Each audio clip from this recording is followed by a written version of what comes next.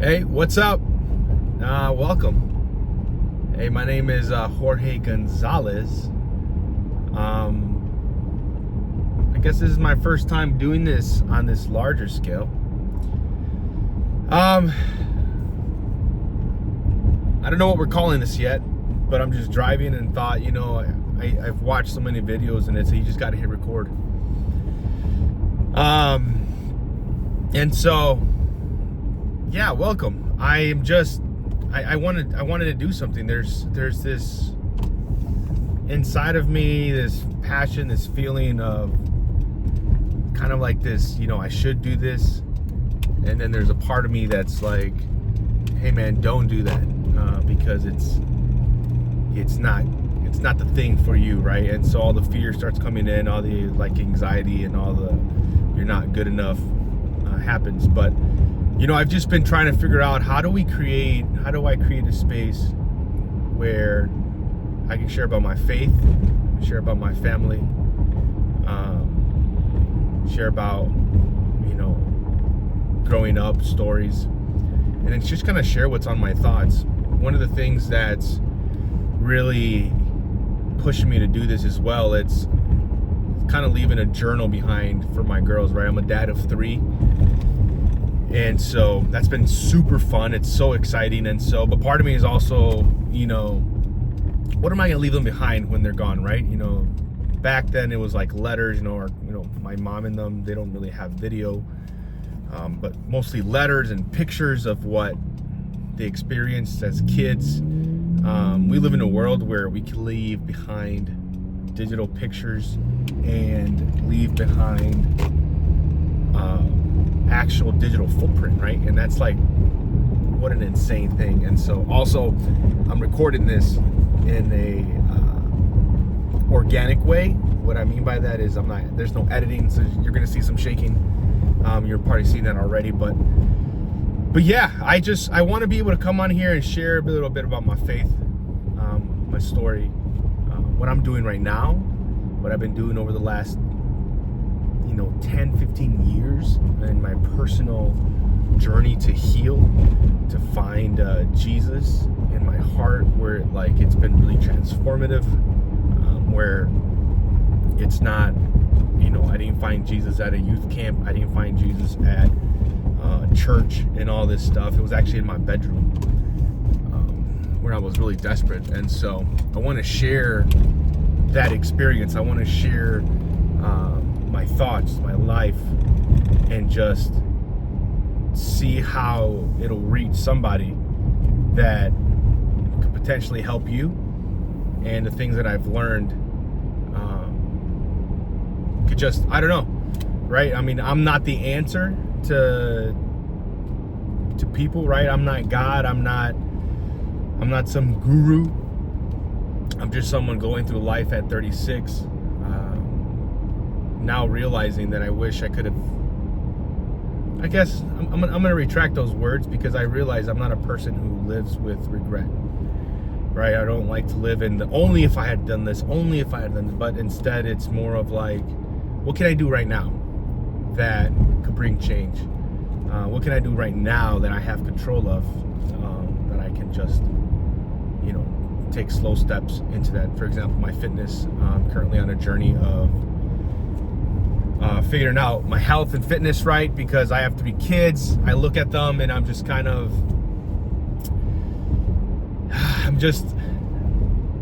I'm overwhelmed by love. I'm overwhelmed by who they are, who they're becoming. There's 3 kids under 4, and so I want to be better for them. They deserve the best dad that they'll ever have, and they just deserve it, man. For example, my wife, at the same time, she deserves a healthy husband. She deserves the best husband that she's ever going to be married to. And on top of that, I deserve to be the happiest, to be the greatest version of myself, which is in process right now. I've done the work and I'm doing the work of healing from growing up, all the trauma, childhood stuff. that's been a work in progress, but also in the fitness journey, right? And doing all this stuff. And so it's been great. And I think part of me here, as I'm talking to you, whoever's watching this, is to tell you as well, hey, you deserve to be the best version of yourself that God created you to be. I'm just, one of my favorite things about the creation story is that when God opens his mouth, things happen, right? But when he creates the heavens and the earth and the animals and separates the waters and, calls the day and the night and all those good things, right? And he's done with it, he calls it good. But when he creates human in his image, when he places and he creates Adam and Eve, and when he is done, he calls it very good. So you and I are not just we're not just some, oops, here's like, yeah, right. Like no one here on this earth is just a good thing, but in God's eyes, you are a very good creation and you come from him. And so that's one of the things I've learned over the last 10 years. You'll be hearing a lot about my faith. You'll be hearing a lot about my cultural identity crisis that I had growing up. What that looked like growing up in a Hispanic family where, I'm told to be like the white man, but then I grew up in a predominantly black neighborhood where a lot of my first friends and teachers were black. And so the cultural balance or understanding what that is and what that looks like. And it was just an internal struggle where I hated the color of my skin. I hated the fact that my name was Jorge. So George became this part of who I was, or, and stuff like that. And so you're going to hear that. You're going to hear the story about me and my dad, how he just came back. I didn't like my dad. My dad didn't really like me. And so that went on for a long time, up until 2013, where there was this pivotal moment of change that happened that required a level of humility, I guess, where me and my dad just sat down and we cried for a few hours because we never talked to each other that way. We only knew silence. We only knew just harsh words, right? And so to the point where I told him, my dad was an assistant pastor, now is still currently still pastoring, where I had told him at one point, if being a Christian means being like you, I want no part of it. And so that was huge. I mean, to say that to your dad is not the best thing, right? I mean, it's not equivalent to, but it reminded me of the prodigal son when he tells his dad, hey, give me my part of the inheritance. Pretty much says, I wish you were dead, man, because I need what I want, what's technically mine. And so you'll hear my story about my dad. You'll hear the story about my mom in prayers. She's an incredible woman. I've had a great relationship with her my whole life. But this woman just prays and prays and prays to the point where I joke around with her and I'm just like, hey, can you ask God for this for me? And she'll just laugh. And so, but just to see the power of God move in our lives and how it's moved. And even in a sense where my parents are still together, and that's a huge thing because I didn't think they would ever stay together, right? And so we knew how to act Christian, we knew how to be Christian. I don't think we knew how to live out the life in our hearts as Christians. And this is me growing up in the church, right? Even having my mom's side of the family, they're all pastors, ministers, blah blah blah, and all that good stuff. But even some of the stuff that I had to go through growing up and learning later on in life. So between my mom and my dad and their marriage, and then later on in my life, where I learned about SA and how that happened to me as an infant. And so that was a huge turning point in my life as well, because again, that's just another part of the story of how God is redeeming that. And so this is going to be interesting. The more I'm talking, this is kind of exciting. And I'm excited to share. I'm not coming here as I know it all. Instead, I'm here to say, hey, I'm here to learn with you. I want to grow with you. If you're a father, if you're you're about my age or whatever, let's do this together, right? If you're a dad, I want you to check in, because not many fathers and men love to check in because they've checked out since they were little. And that's not all their fault because of how we were brought up, right? Men don't cry.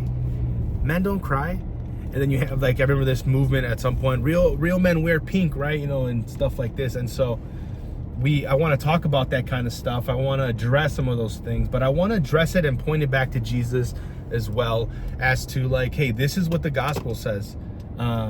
This is how Jesus is helping you and how he can help you. And so I'm just getting here to Starbucks, man. I'm a Starbucks addict. It's my second office when I'm not working for my work office.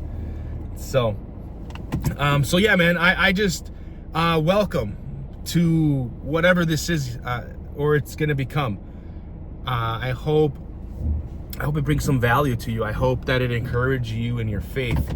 I hope that it makes you question God in ways that helps you grow with God. All right. And I think a lot of the times so many people are scared to question God, not in the sense of, like, God, how, what makes you, whatever. I don't know. I've always had a relationship with God where if he knows my thoughts already, I'm just going to tell him, right? Because God has been a safe place for me over the course of my, 15 years of, being truly trying to figure this Christian life out. And so God has been a safe space for me. And I think he would rather me pour out my heart to him than to keep it inside, or to go tell somebody else who's only going to judge me. And not to say that I don't talk to people. I do talk to people, but I'm not sure. I don't know. But I'm encouraged to encourage other believers grow in their faith, to challenge believers to get God out of a box, out of this denominational box, out of this theological box that we've created, especially here in our country. And I mean, if your town's like mine, there's a church in every corner, but yet it feels like we're so divided, because if you don't belong to this part of this church, then we don't want to hang out with you. My dad tried to do this one time when he tried to gather some pastors around the community, because we had just moved up here. I'm from Elgin, Illinois. So if you pinpoint Chicago and just go west, you'll see Elgin, Illinois. That's the easiest way to describe where I'm from. And then we moved up here to Green Bay.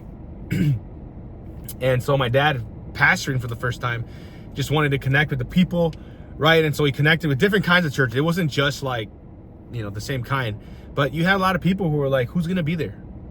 And where they were also, in the response to what my dad had asked them, who's going to be there?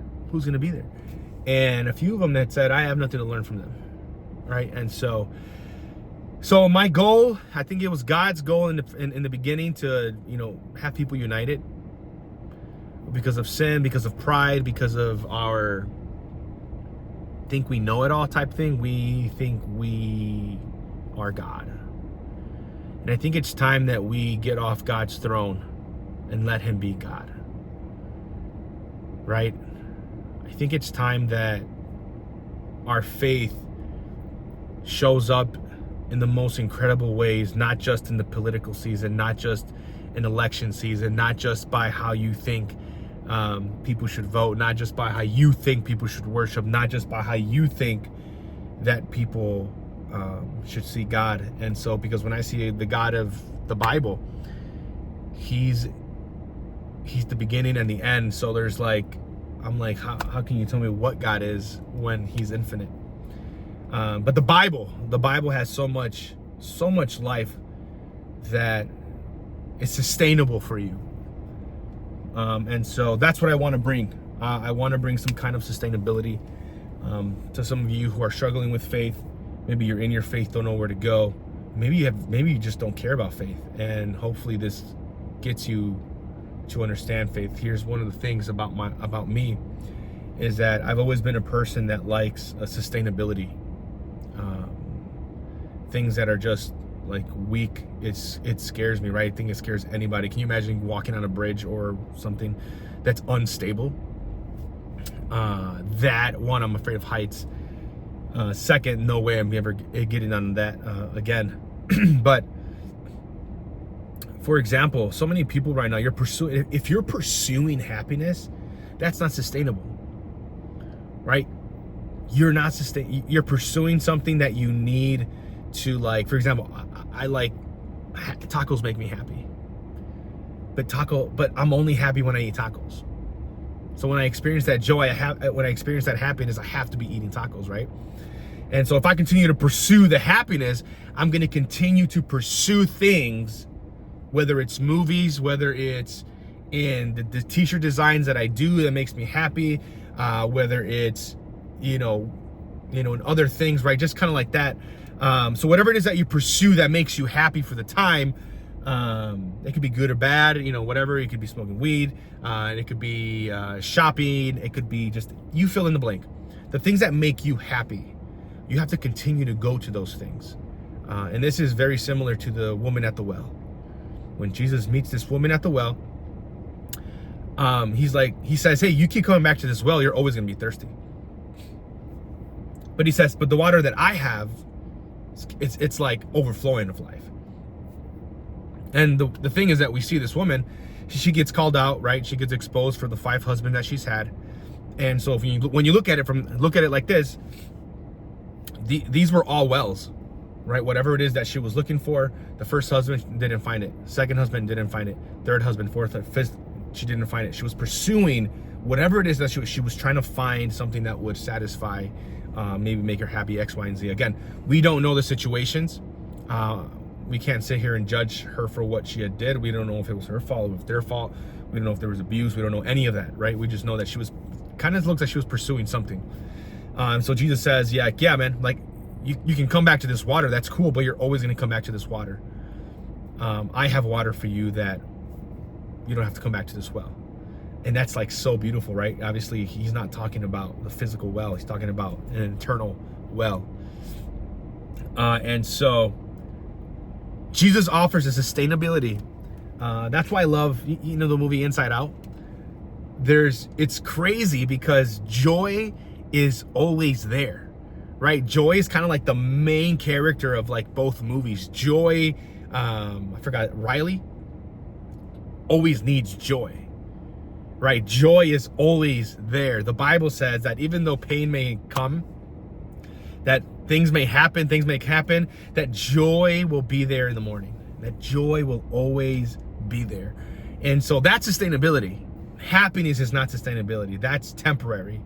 And so I'm walking into this space, into this platform, hopefully to provide and to guide into some stability.